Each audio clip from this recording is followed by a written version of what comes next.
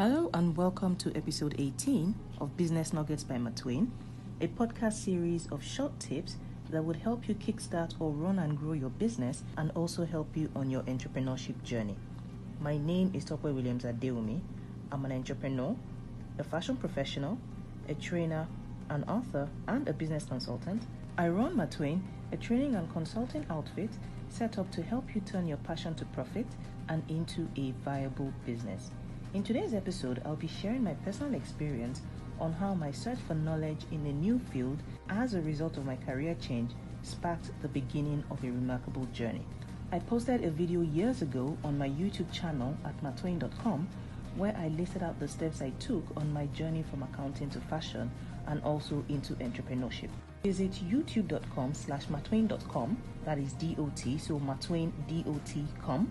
In that video, I shared a lot of learning points that can also help you if you want to transition from what you're doing now into another field. So this podcast is me just telling my story, and hopefully you'll be able to pick out your learning points from my story. Before I begin though, you know what I will say next. Please like and comment on this post. Tag people as well who need this. Follow me on Instagram at Martwayne and on Facebook at Tokwe Williams. Hit the notification bell so you know when I drop new posts. Okay, let me begin. This is going to be a long podcast. It's so funny when I think back. I was the least likely person to go into fashion. I was never someone that sewed doll clothes or had a passion for fashion. I couldn't even draw, and I never thought of myself as a creative person. I was more of a left-brain practical person, and I still am.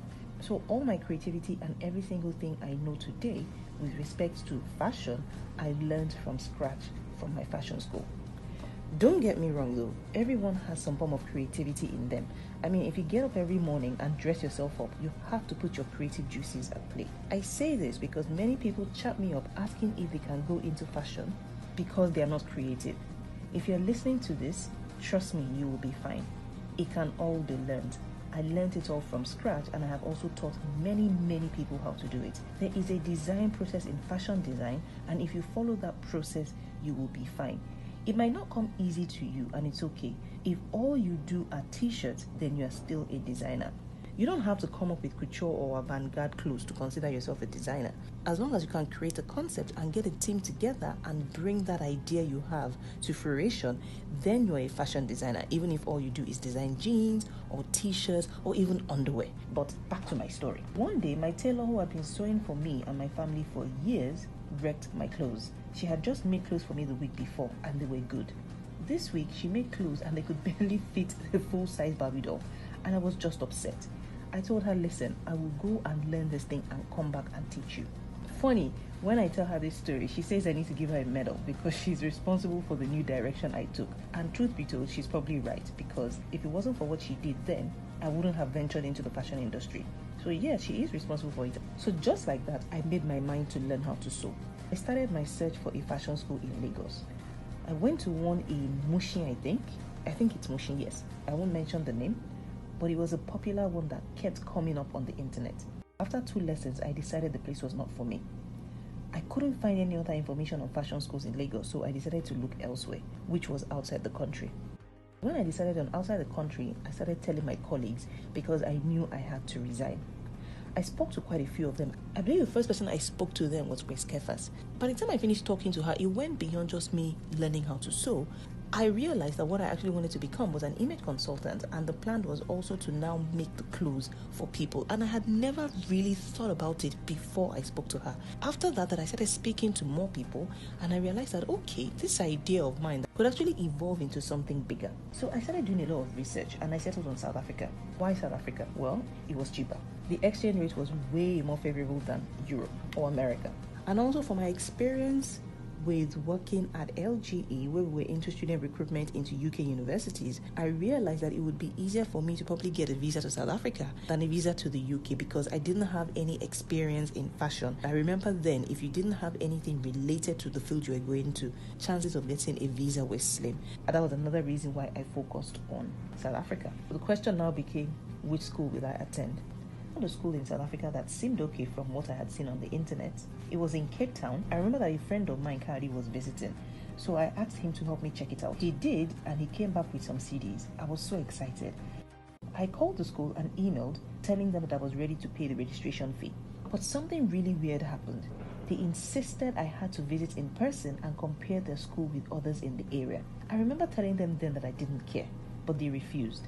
Honestly, that was God just looking out for me, because later on in my 3rd year, that school shut down. So anyway, let me rewind a bit. So I decided to visit. Here I am in this hotel in a strange country, in a strange city, and I picked up a magazine the day before my scheduled visit. And somehow I stumbled on an article by a fashion designer who mentioned she got her degree from Cape Technicon. And I was like, oh, okay, awesome. I'll also visit there after, visiting the school, since they said I had to compare institutions anyway. And the truth is, I landed. My coming to Cape Town was basically just to come and finalize with the school. I didn't even plan to visit any other school. But, since I found out about Cape Technicon, I said, okay, why not, since I was there anyway. So the next day, I flew to Cape Town for a day's trip. I left in the morning, and I remember that I booked my return trip around 8 p.m. in the evening. I took a taxi to the school and I had a chat with the owner. Thank goodness I came. I walked through the doors and I instantly thought to myself, no, this is not the place for me. I was not impressed at all. And when I left, I knew instantly, look, you know what? I have to find another place. So I decided to walk to the Cape Technicon. I was asking for directions and they kept telling me, oh, it's not far, just walk down the road. My goodness, I walked and I walked and I walked. Eventually, I got to the Cape Technicon and met with a lady who I believe was the head of the fashion department. When she was talking, she was going on and on about I needed to send in a portfolio, I had to come back for a test, and she was just going on and on. And I just told her, miss, I have no idea what you're talking about. What is a portfolio? What are storyboards? She tried to explain and I said, I can't do any of these. I can't even draw. And then you're telling me to come back for a test? I can't do that. I have used up all my leave. So that can't even happen. And there's no way my office is going to give me another time off to come for a test. And then she went on and on about, the school was very competitive and that there was a quota. And if I couldn't send in a portfolio, that is a portfolio that's going to determine if I could. And, I just, sat back in my chair and I was so dejected. If you know me very well, you know that I wear my emotions on my face. So she looked at me for a long time and said, you know what, hold on. And then she made a call. After her call, she said to me, I think you should go to Fedisa. I said, okay, what is Fedisa? Is it a good school? She said, yes, it's a good school. It's owned by Alan LaRue. I just spoke to him and it's a really good school. He was here for 11 years before he went to start his own. I said, okay, well, if you say it's good, then I'll take your word for it. And then she told me that he was leaving the office, but I had to get there very soon. But he has promised that he would wait for me. And then when she said that, I asked her, just before I left the office, I asked her again, are you sure it's a good school? Because the one I had just visited was not good at all. And she said, don't worry, it's a very, very good school. I can assure you it is very good. I asked her how far it was because, I had just walked goodness knows how many minutes to get to that place. And she said, the better thing to do is to take a taxi because of time. And she called one for me. So I thanked her and left. I got to Fedisa, went up the lift, and the doors opened into a corridor. And then I walked into this very posh reception. And instantly, that weight that was on my shoulder and was making my heart very heavy just lifted. And I was like, finally, now we're talking. I met with a man who happened to be the Alan LaRue, and I introduced myself. He also introduced himself, and we sat down. And from the very first sentence he made, I knew that was the place for me. He said something along the lines of, and this is me paraphrasing it, I can't really remember the exact words, but it was something along the lines of, if you're coming here to learn just how to make clothes, this is not the place for you.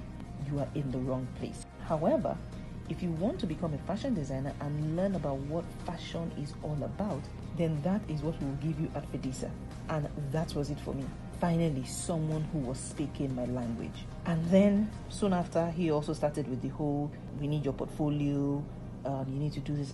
He was just going on, and I was thinking, oh my goodness, here we go again. I told him, look, I don't know what you're talking about. I work in an accounting firm. I know absolutely nothing about fashion. I am learning from the very beginning. So I asked him, isn't there a test I can take or something I can do today? Because I honestly cannot come back for another test. I work, and so because of that, I can't take any more leave. So it has to be today. And my flight leaves in a few hours. He said, okay, there was one, and he told me to wait. Some minutes later, I was ushered into another very fancy room, which happened to be their boardroom. Now, one thing I don't really like are aptitude tests. But I was here anyway, and I had asked for the test, so I didn't have a choice. So I sat down, and I said to myself, I must pass it today because honestly, there is no other choice. It was either this or the portfolio, and I knew that portfolio wasn't happening, so obviously it had to be the test. So I sat down, said a prayer, and looked at the first question. The first question was, cut a hole in a piece of paper with a pair of scissors without cutting a line through the paper. I looked at it and I was like, what is this? I was expecting to see numbers or things like that, but no, these ones are asking me weird questions.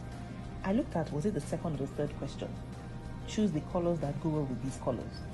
I remember one was turquoise blue. I was like, my goodness, what kind of weird test is this one? Then something said to me clearly. I heard that voice that just said, calm down and think. It's not that hard. And I said, okay, I'll calm down and think. So I looked at this a second time and suddenly I laughed. I said, oh, okay, yeah, I know what this is. So I took the paper, folded it 4 times, and cut out the radius of a circle. Looking back, I just realized that what I cut out then can actually be referred to a waistline for a circle skirt or the neckline of a top. And that was it. And I started the test. I can't remember how many questions there were, but I did the test, and I was feeling pretty confident after the test. About maybe 30 or 45 minutes later, with a huge smile on my face, I was still going over the answers when Alan came in and asked if I had finished, and he said, you don't want to be late for your flight. I told him I was done, submitted it, thanked him, and left for the airport. About 2 or 3 weeks later, I got the email that I had passed the test, and I was offered an admission into Fedisa. I was ecstatic. Yes! I went ahead and paid the registration fee, and that was the beginning of my journey into fashion.